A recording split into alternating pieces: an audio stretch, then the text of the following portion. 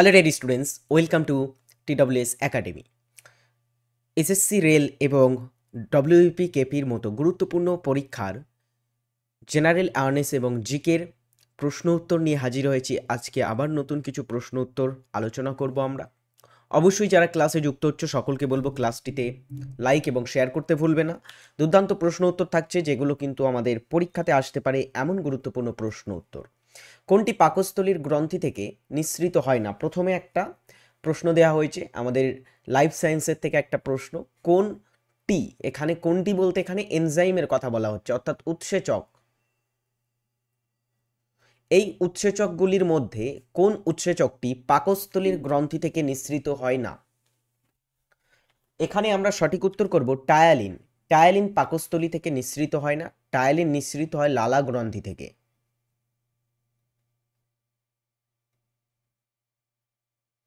লালা গ্রন্থি থেকে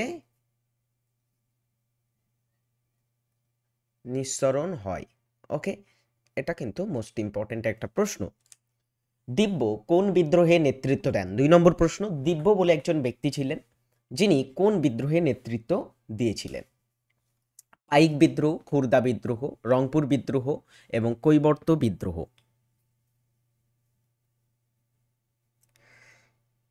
দিব্য কোন বিদ্রোহে নেতৃত্ব দিয়েছিলেন? সঠিক উত্তর কি হবে এখানে?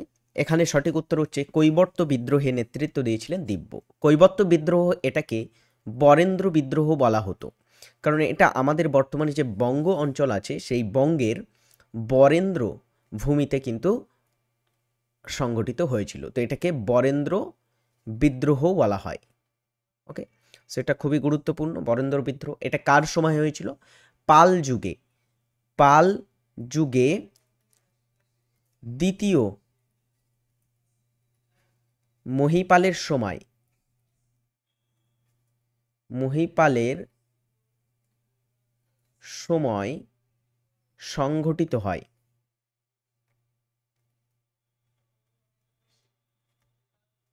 এই বিদ্রোহটি খুবই গুরুত্বপূর্ণ একটা প্রশ্ন কিন্তু।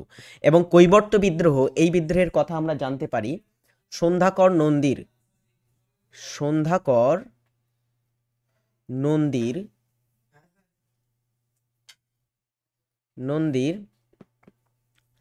রামচরিত গ্রন্থ থেকে।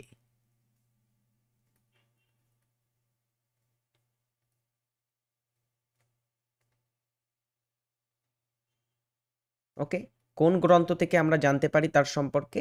রামচরিত গ্রন্থ, যেটা লিখেছিলেন সন্ধ্যাকর নন্দী। পাল যুগের রামপাল বলে একজন শাসক ছিলেন, তার সভাকবি ছিলেন সন্ধ্যাকর নন্দী। সেই সন্ধ্যাকর নন্দীর এই গ্রন্থ থেকে আমরা জানতে পারি। ওকে, এটা একটু জেনে রাখো। এছাড়া পাইক বিদ্রোহ আর খুরদা বিদ্রোহ, এটা একটু জেনে রাখো। পাইক বিদ্রোহটাই হচ্ছে কি খুরদা বিদ্রোহ নামে পরিচিত। দুটো বিদ্রোহ একই বিদ্রোহ, এখানে বা লিখতে পারো, দুটো বিদ্রোহের নাম একই বিদ্রোহ। অ্যাকচুয়ালি পাইক বিদ্রোহটা যেখানে হয়েছিল সেটা হচ্ছে খুরদা অঞ্চলে, ওড়িশার খুরদা অঞ্চলে, এই কারণটা খুরদা বিদ্রোহ নামে পরিচিত। এটার নেতা কে ছিল জানো? নেতা ছিল এই বিদ্রোহে যিনি, তিনি হচ্ছেন বিদ্যাধর মহাপাত্র। বিদ্যাধর মহাপাত্র ছিল এই বিদ্রোহের নেতা। ওকে, আর পাইক বিদ্রোহটা হয়েছিল 1817 সালে। পাইক বিদ্রোহ কবে হয়? 1817 সালে হয়েছিল। রংপুর বিদ্রোহে নুরুল উদ্দিনের নেতৃত্বে হয়, সরি নূর উদ্দিন, মাফ করবে, নূর উদ্দিন নামক একজন ব্যক্তির নেতৃত্বে হয়েছিল এই বিদ্রোহটা। কবে হয়েছিল এটা? এটা হয়েছিল 1783 সালে। 1783 সালে এটা বাংলা অঞ্চলে একটা কৃষক বিদ্রোহ ছিল। অলরাইট, পরের প্রশ্ন দেখি আমরা। ভারতের বৃহত্তম বোটানিক্যাল গার্ডেন কোথায় অবস্থিত? বোটানিক্যাল গার্ডেন, এটাকে আমরা ex-situ সংরক্ষণের ভিতরে ফেলতে পারি। এখানে বিভিন্ন গাছের স্পিসিসকে কিন্তু সংরক্ষণ করে রাখা হয় বোটানিক্যাল গার্ডেনে। তো ভারতের সবথেকে বড় বোটানিক্যাল গার্ডেন কোনটি? রামনাবাগান, শিবপুর, চেন্নাই নাকি রাজগিরি বোটানিক্যাল গার্ডেন? কোনটি এখানে রাইট অ্যান্সার হবে? ভারতবর্ষের সবথেকে বড় বোটানিক্যাল গার্ডেন কোনটি? রাইট অ্যান্সার হচ্ছে শিবপুর বোটানিক্যাল গার্ডেন। এটা পশ্চিমবঙ্গের হাওড়াতে অবস্থিত। হাওড়াতে অবস্থিত আছে।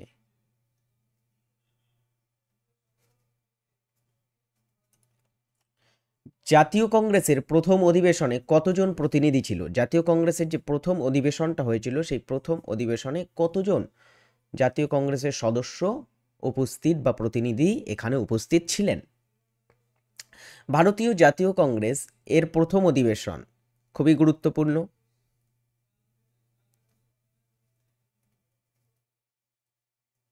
প্রথম অধিবেশন খুবই গুরুত্বপূর্ণ। এখান থেকে দেখো প্রথম অধিবেশন কবে বসে, একটা প্রশ্ন হয়, কবে বসেছিল প্রথম অধিবেশন, সভাপতি কে ছিল, আর স্থান কোথায় ছিল? এই তিনটে জিনিস কিন্তু খুবই গুরুত্বপূর্ণ। ফার্স্ট হচ্ছে কবে বসেছিল এই অধিবেশনটা, এটা বসেছিল 1885 সালে, যেই বছর জাতীয় কংগ্রেস প্রতিষ্ঠা হয়েছিল। গুড, এটা নাই গেল। এর প্রথম অধিবেশনে সভাপতি ছিলেন কে? উমেশ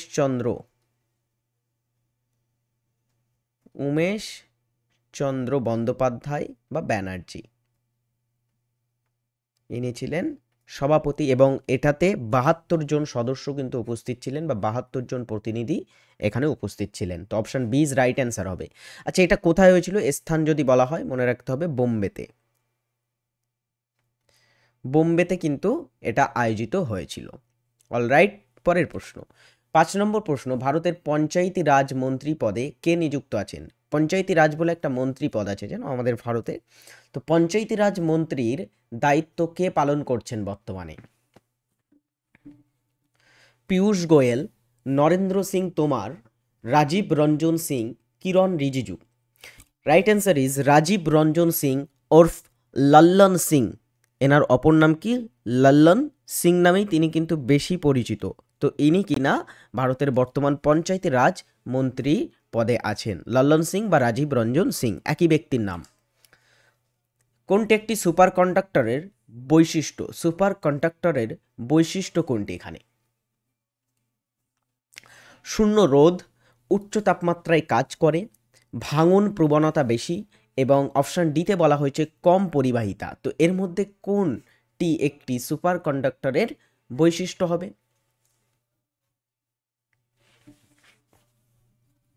দ্রুত, সুপার কন্ডাক্টরের একটা বৈশিষ্ট্য হচ্ছে এর রোধ শূন্য হয়, শূন্য রোধ। গায়ত্রী মন্ত্র কোনটির অংশ? গায়ত্রী মন্ত্র, এই মন্ত্রটা কোনটির অংশ?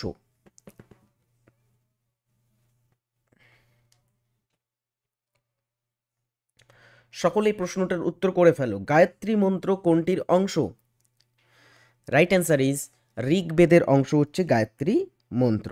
ওকে, আচ্ছা, ঋগ্বেদ এটা হচ্ছে তোমরা নিশ্চয়ই জানো প্রাচীনতম বেদ, প্রাচীনতম বেদ হিসাবে পরিচিত, তাই না? তো ঋগ্বেদে আমরা যদি দেখি গায়ত্রী মন্ত্রের উল্লেখ আছে।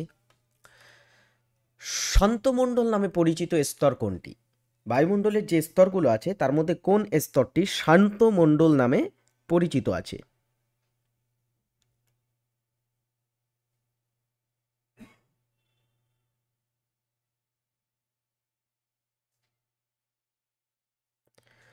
বায়ুমণ্ডলের কোন স্তরটি শান্তমণ্ডল নামে পরিচিত? বলো। বায়ুমণ্ডলের স্ট্র্যাটোস্ফিয়ার বলে যে স্তরটা আছে এটা শান্তমণ্ডল নামে পরিচিত। আচ্ছা, কেন শান্তমণ্ডল? কারণ এই স্তরে আমরা দেখেছি ঝড়, বৃষ্টিপাত বা বজ্রপাত, যে কোনো প্রাকৃতিক ঘটনা যে বলি যেগুলো হয়ে থাকে সেগুলো কিন্তু দেখা যায় না। এখানে ঝড় ঝঞ্ঝা বৃষ্টি এসব কিচ্ছুই দেখা যায় না। তো এই মণ্ডলটা শান্তমণ্ডল নামে পরিচিত। আচ্ছা, ট্রোপোস্ফিয়ার এর ঠিক উল্টো, এটা হচ্ছে ক্ষুব্ধ মণ্ডল নামে পরিচিত। ঠিক আছে, এটাকে কি বলা হয়? ক্ষুব্ধ মণ্ডল বলা হয়। কেন?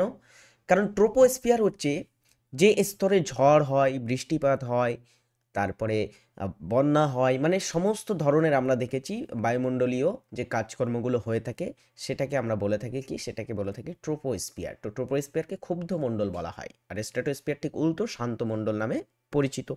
এই কারণে এটা শান্ত মণ্ডল হওয়ায় এখান দিয়ে জেট বিমান চলে। জেট বিমান চলার জন্য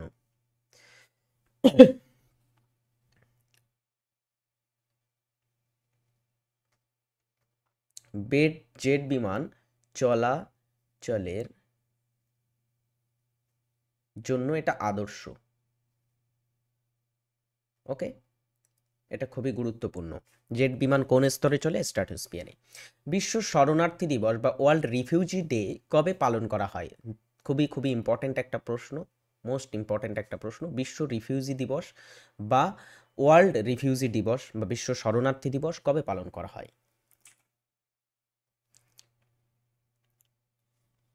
বিশ্ব শরণার্থী দিবস বা ওয়ার্ল্ড রিফিউজি ডে পালিত হয় 20 জুন।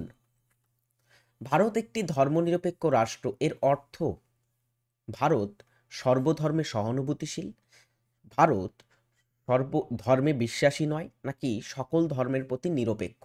আসলে কি ধর্মনিরপেক্ষ বলে যেই কথা আছে বা সেকুলার বলে যে কথাটা আমাদের ভারতের সংবিধানে আছে, এটা এটা ভারতের কোন বৈশিষ্ট্যকে বোঝায়? ধর্মনিরপেক্ষ কথার অর্থ কি?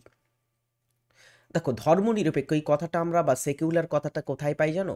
প্রস্তাবনায়, তাই না?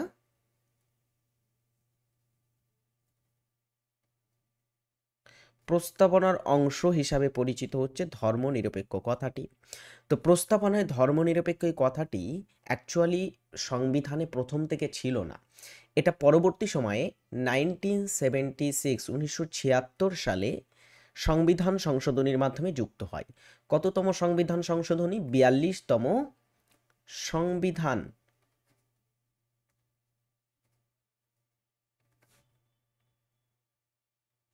সংশোধনীতে যুক্ত হয় এই শব্দটি। ওকে, এটা সকলে খাতায় নোট করে রেখো যে ধর্মনিরপেক্ষ শব্দটি ভারতের সংবিধানে কবে যুক্ত হয়? 1976-এ 42তম সংবিধান সংশোধনীর মাধ্যমে। এবারে দেখো, এই যে ধর্মনিরপেক্ষ শব্দটি যুক্ত হয়, এখানে ধর্মনিরপেক্ষ বলতে কি বোঝায়? সকল ধর্মের প্রতি ভারত নিরপেক্ষ। ঠিক আছে, ভারতের সকল ধর্মের প্রতি নিরপেক্ষ ভারত, এটাই রাইট অ্যান্সার। আজকের হোমওয়ার্ক হচ্ছে বিসমিল্লাহ খান কোন বাদ্যযন্ত্রের একজন বিখ্যাত বাদক ছিলেন? আচ্ছা, বিখ্যাত বাদক হবে এখানে, তো এখানে ছোট্ট করে বাদক লিখে ফেলো।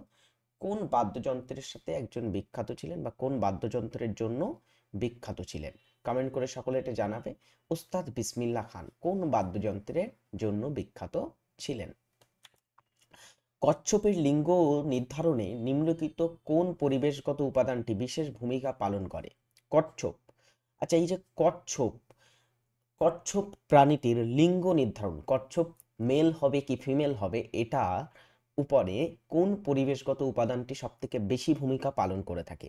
কিছু কিছু উভচর আছে এবং কিছু কিছু সরীসৃপ আছে যারা কিন্তু প্রাকৃতিক বা পরিবেশগত বিভিন্ন বৈশিষ্ট্যের উপরে নির্ভরশীল হয় তাদের লিঙ্গ নির্ধারণের জন্য। যেমন আমরা যদি দেখি, কিছু উভচর বা কিছু সরীসৃপের ক্ষেত্রে তাপমাত্রা বেশি হলে তাদের লিঙ্গ এক রকমের হবে, তাপমাত্রা কম হলে তাদের লিঙ্গ আরেক রকমের হবে। তো এখানে তাপমাত্রা যত বেশি হয় তখন কিন্তু ফিমেল হওয়ার চান্স বেশি থাকে কচ্ছপের ক্ষেত্রে, ঠিক আছে? আর কম হলে কি হয়? কম হলে কিন্তু মেল হওয়ার চান্স বেশি থাকে। তো এখানে আমরা দেখেছি option D is right answer. তাপমাত্রা কিন্তু কচ্ছপের লিঙ্গ নির্ধারণে গুরুত্বপূর্ণ ভূমিকা পালন করে।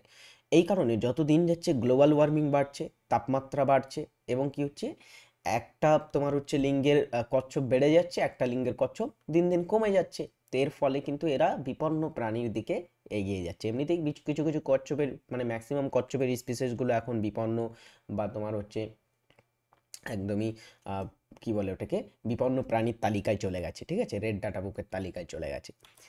নিম্নের কে রচনা করেছেন Gandhi a life in three campaigning? Gandhi a life in three campaigning কে রচনা করেছেন এই বইটি?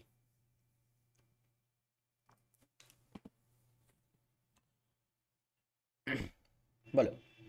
Gandhi a three Gandhi a life in three campaigning,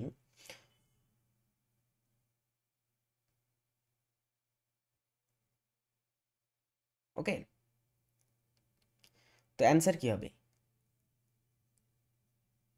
বলো, থ্রি ক্যাম্পেন্স।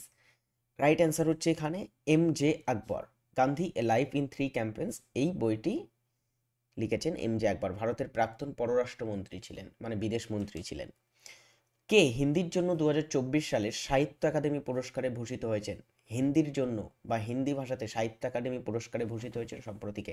সাহিত্য একাডেমি পুরস্কার এটা ভারতীয় সংবিধানের অষ্টম তফসিলে যে ভাষাগুলো আছে, 22টি ভাষা আছে, সেই 22টি ভাষা প্লাস 22টি ভাষার সঙ্গে তোমার হচ্ছে ইংরেজি ইংরাজি ও রাজস্থানী, অর্থাৎ 24টি ভাষাতে রচনার জন্য কিন্তু প্রদান করা হয়ে থাকে সাহিত্য একাডেমি পুরস্কার। সাহিত্য একাডেমি পুরস্কারটা ডিয়ার স্টুডেন্টস 2024 সালে পেলেন গগন গিল। গগন গিল কোন ক্ষেত্রে পেলেন? হিন্দির ক্ষেত্রে বা হিন্দি সাহিত্যের জন্য। কবে ব্রিটিশ সরকার শ্বেতপত্র প্রকাশ করে? অবভিয়াসলি ভারতের জন্য।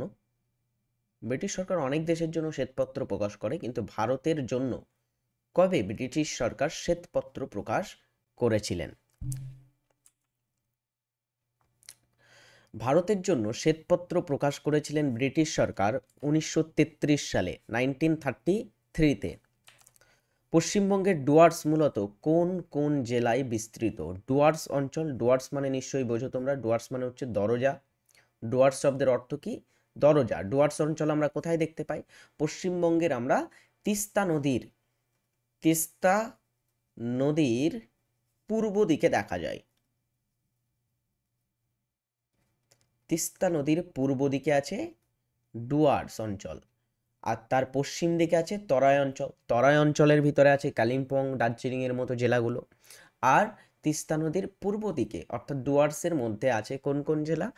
আলিপুরদুয়ার, কোচবিহার হচ্ছে ডুয়ার্স অঞ্চলের প্রধান জেলা। আলিপুরদুয়ার, কোচবিহার ডুয়ার্স অঞ্চলের মধ্যে পড়ে থাকে। আর দার্জিলিং, কালিম্পং এটা তরাই অঞ্চলের মধ্যে পড়ে। যারা প্রিপারেশান নিতে ইচ্ছুক TWS একাডেমির থেকে, তাদের জন্য বর্তমানে যে সমস্ত ব্যাচগুলো আমাদের TWS একাডেমি অ্যাপে চলছে, সেই ব্যাচগুলো তোমরা দেখতে পারো। কম্বাইন্ড ফাউন্ডেশন ব্যাচ, একদমই সমস্ত কিছু এক জায়গায় প্রিপারেশান পাবে তোমরা একটা ব্যাচে।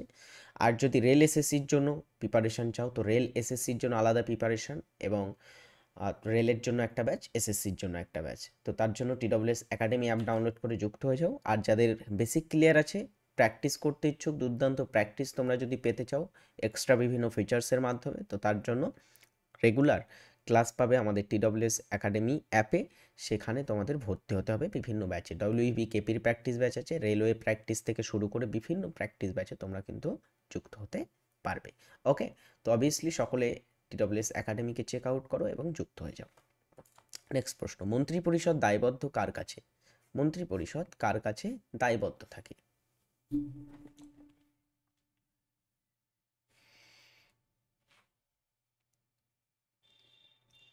মন্ত্রিপরিষদ কার কাছে দায়বদ্ধ থাকে ডিয়ার স্টুডেন্টস? অবভিয়াসলি লোকসভার কাছে কিন্তু মন্ত্রিপরিষদ দায়বদ্ধ হবে। গ্যাস্ট্রিক গ্রন্থি কোথায় থাকে? গ্যাস্ট্রিক গ্রন্থি এটা কোথায় অবস্থিত থাকে? আমাদের পেটে আছে অবভিয়াসলি গ্যাস্ট্রিক গ্রন্থি, কিন্তু কোথায় আছে? যারা ক্লাসটি দেখছো সকলকে বলবো, এখনও যদি ক্লাসে লাইক না করে থাকো অবভিয়াসলি কিন্তু একটা করে লাইক করে ফেলো, এবং ক্লাসটি কিন্তু শেয়ার করতে ভুলবে না।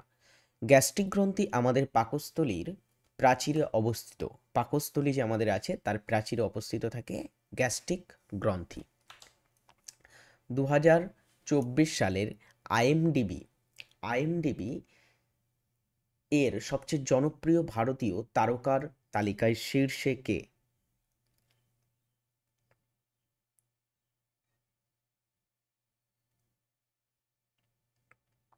দ্রুত।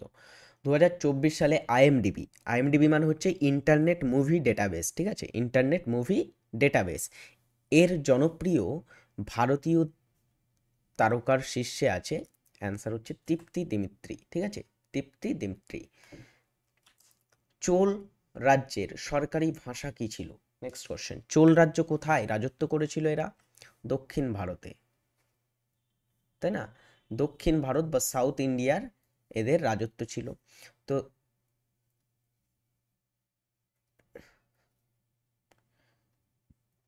দক্ষিণ ভারতের একটা বংশ হচ্ছে চোল রাজবংশ। চোল রাজবংশের সরকারি ভাষা কি ছিল? অ্যান্সার হচ্ছে তামিল ভাষা সরকারি ভাষা ছিল চোল রাজবংশের। গুড। আচ্ছা, চোলদের যদি আমরা বলি রাজধানী কোথায় ছিল? রাজধানী থেকে একটা প্রশ্ন আসে, চোলদের রাজধানী কোথায় ছিল? চোল বংশের প্রতিষ্ঠাতা কে ছিলেন?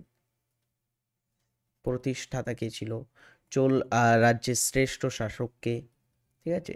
শ্রেষ্ঠ শাসককে ইত্যাদি প্রশ্ন। চোল বংশের যদি আমরা দেখি রাজধানী কোথায় ছিল? তাঞ্জোর। তাঞ্জোর ছিল তাদের রাজধানী। ওকে, আর চোল বংশের প্রতিষ্ঠাতা কে ছিল? বিজয়ালয়। হ্যাঁ কি না? চোল বংশের প্রতিষ্ঠাতা কে ছিল? বিজয়ালয় না? বিজয়ালয়। আচ্ছা, চোল বংশের শ্রেষ্ঠ শাসক কে ছিল? প্রথম রাজেন্দ্র চোল। প্রথম রাজেন্দ্র চোল। আচ্ছা, প্রথম রাজেন্দ্র চোল ভেরি ইম্পর্টেন্ট কিন্তু একটা নাম চোল সাম্রাজ্যের থেকে। বিকল্পগুলির তালিকাভুক্ত ধাতুগুলির মধ্যে কোনটি সবচেয়ে কম বিক্রিয়াশীল? আচ্ছা, এখানে তোমার ভাষাগত একটু মানে ঘুরিয়ে ফিরিয়ে দেওয়া আছে। যাই হোক, বিকল্প নিচে যে বিকল্পগুলো দেওয়া আছে এর মধ্যে ধাতুগুলো যে আছে এই ধাতুগুলির মধ্যে, এখানে এটা কাটা যাবে, ধাতুগুলির মধ্যে কোনটি সবচেয়ে কম বিক্রিয়াশীল? সবচেয়ে কম বিক্রিয়া করে কোনটি?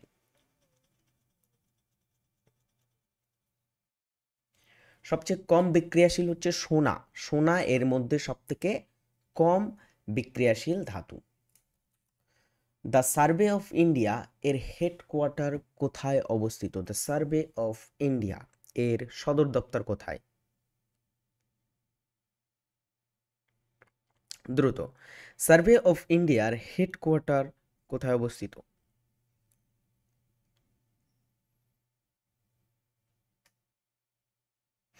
এনিওয়ান?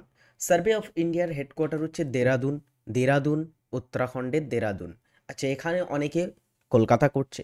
দেখো, কলকাতা অনেকে করবে আমি জানি, এটা কলকাতা করলে হবে না। কলকাতাতে সদর দপ্তর হচ্ছে জিওলজিক্যাল সার্ভে অফ ইন্ডিয়া, অর্থাৎ GSI, geological survey of India, GSI এর সদর দপ্তর কোথায় অবস্থিত? এটা হচ্ছে কলকাতাতে অবস্থিত।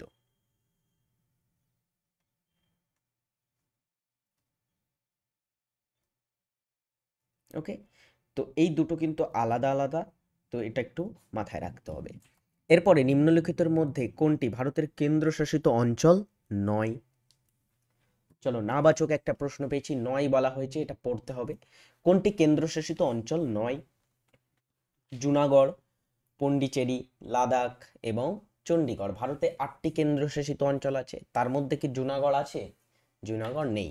তো জুনাগড় এটা হবে না। জুনাগড় হচ্ছে গুজরাটের একটা জেলা। গুজরাটের একটা জেলা হিসাবে পরিচিত জুনাগড়। তো জুনাগড় কিন্তু কেন্দ্রশাসিত অঞ্চল নয়। নিম্নের কে মারাঠা কেশরী নামে পরিচিত? মারাঠা কেশরী নামে কে পরিচিত?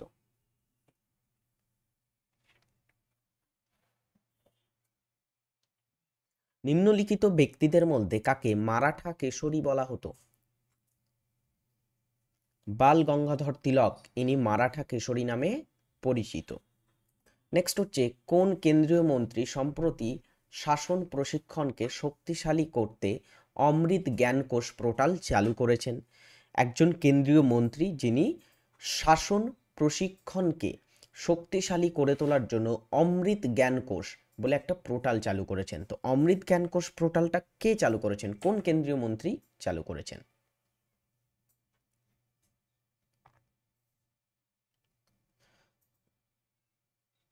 অমৃত জ্ঞানকোষ এটা চালু করেছেন কেন্দ্রীয় মন্ত্রী জিতেন্দ্র সিং। ভারতের কোন রাজ্যকে মশলা উদ্যান বলা হয় বা স্পাইস গার্ডেন? মশলা উদ্যান, এটাকে আমরা বলবো স্পাইস গার্ডেন। কোনটিকে বলা হয়ে থাকে? ভারতের মশলার বাগান বলা হয় কেরল রাজ্যকে। কেরালাকে মশলার বাগান বলা হয়। কেরালে সব থেকে বেশি মশলা উৎপাদিত হয়। নানা সাহেবের আসল নাম কি ছিল? নানা সাহেব কে ছিলেন? একজন পেশোয়া। পেশোয়া, ঠিক আছে। পেশোয়া আবার কি? পেশোয়া হচ্ছে মারাঠা প্রধানমন্ত্রীর নাম। মারাঠা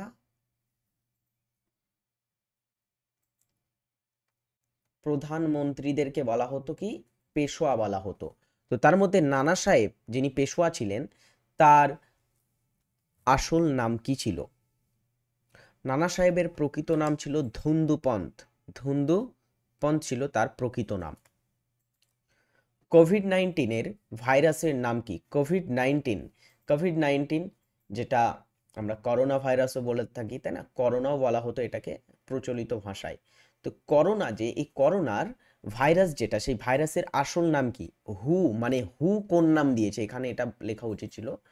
হু, WHO, ওয়ার্ল্ড হেলথ অর্গানাইজেশন কোন নাম দিয়েছে?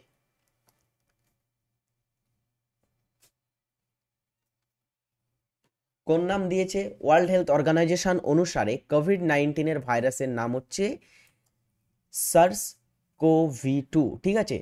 SARS-CoV-2, এটা হচ্ছে কোভিড-19 হু এর দ্বারা স্বীকৃত নাম। ইউনিয়ন পাবলিক সার্ভিস কমিশনের সদস্যকে অপসারণ করতে পারেন কে? Union public service commission, UPSC. ইউপিএসসির যে সদস্য হয়ে থাকে, সেই ইউপিএসসির সদস্যকে অপসারণ কে করতে পারেন? আচ্ছা, ইউপিএসসির সদস্যকে অপসারণ করতে পারে রাষ্ট্রপতি, এবং নিযুক্তও করতে পারে কে? নিযুক্ত করে কে? নিযুক্তও করে রাষ্ট্রপতি। ওকে, এটা সকলে মাথায় রাখবে। নিযুক্ত কে করে? রাষ্ট্রপতি। অপসারণও করে রাষ্ট্রপতি। কিন্তু SPSC, state public service commission, এর সদস্যদের নিযুক্ত করে কে বলতো? এর সদস্যদের নিযুক্ত করে কে?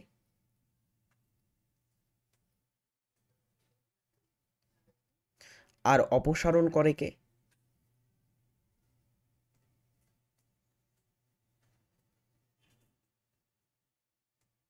বলে ফেলো। ইউনিয়ন পাবলিক সার্ভিস কমিশনের যেমন নিযুক্তও করে রাষ্ট্রপতি, অপসারণও করে রাষ্ট্রপতি, কিন্তু এসপিএসসির ক্ষেত্রে এটা ব্যতিক্রম। এনাকে নিযুক্ত করেন কে? রাজ্যপাল। কে করেন? রাজ্যপাল তাকে নিযুক্ত করবেন এসপিএসসি সদস্যদের। আর এসপিএসসি যিনি চেয়ারম্যান হবেন, তাকে অপসারণ কে করবেন? মনে রাখতে হবে, রাষ্ট্রপতি কিন্তু তাকে অপসারণ করার ক্ষমতা রাখেন, রাজ্যপাল নয়। রাষ্ট্রপতি তাকে অপসারণ করতে পারবেন। ওকে, নিম্নের কোনটিতে নাইট্রোজেন উপস্থিত? নিম্নে কোনটিতে নাইট্রোজেন আছে? কার্বোহাইড্রেট, ফ্যাট, প্রোটিন, নাকি কোনোটিই নয়? খাদ্যের কোন উপাদানটিতে নাইট্রোজেনের উপস্থিতি থাকে? প্রোটিনে কিন্তু নাইট্রোজেনের উপস্থিতি থাকে বেশি পরিমাণে।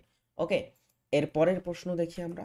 পাট উৎপাদনে ভারতে পশ্চিমবঙ্গের স্থান কত? পাট উৎপাদনের নিরিখে ভারতের মধ্যে পশ্চিমবঙ্গ রাজ্যের স্থান কত?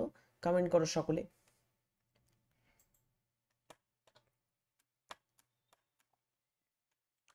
পাট উৎপাদনের নিরিখে পশ্চিমবঙ্গের মধ্যে ভারতের স্থান হচ্ছে প্রথম। ভারতের মধ্যে পশ্চিমবঙ্গের স্থান হচ্ছে প্রথম। ওকে, আজকের ক্লাসটা আমরা এখানেই শেষ করব। যারা ক্লাসটি শেষ পর্যন্ত দেখলে, 30টি প্রশ্ন নিয়ে আজ আলোচনা করেছি। কেমন লাগলো ক্লাসটা অবশ্যই জানাবে। পরের দিনের ক্লাসে নতুন একটি পর্বে দেখা হবে। ততক্ষণের জন্য ভালো থাকবে, সুস্থ থাকবে। Tata, by.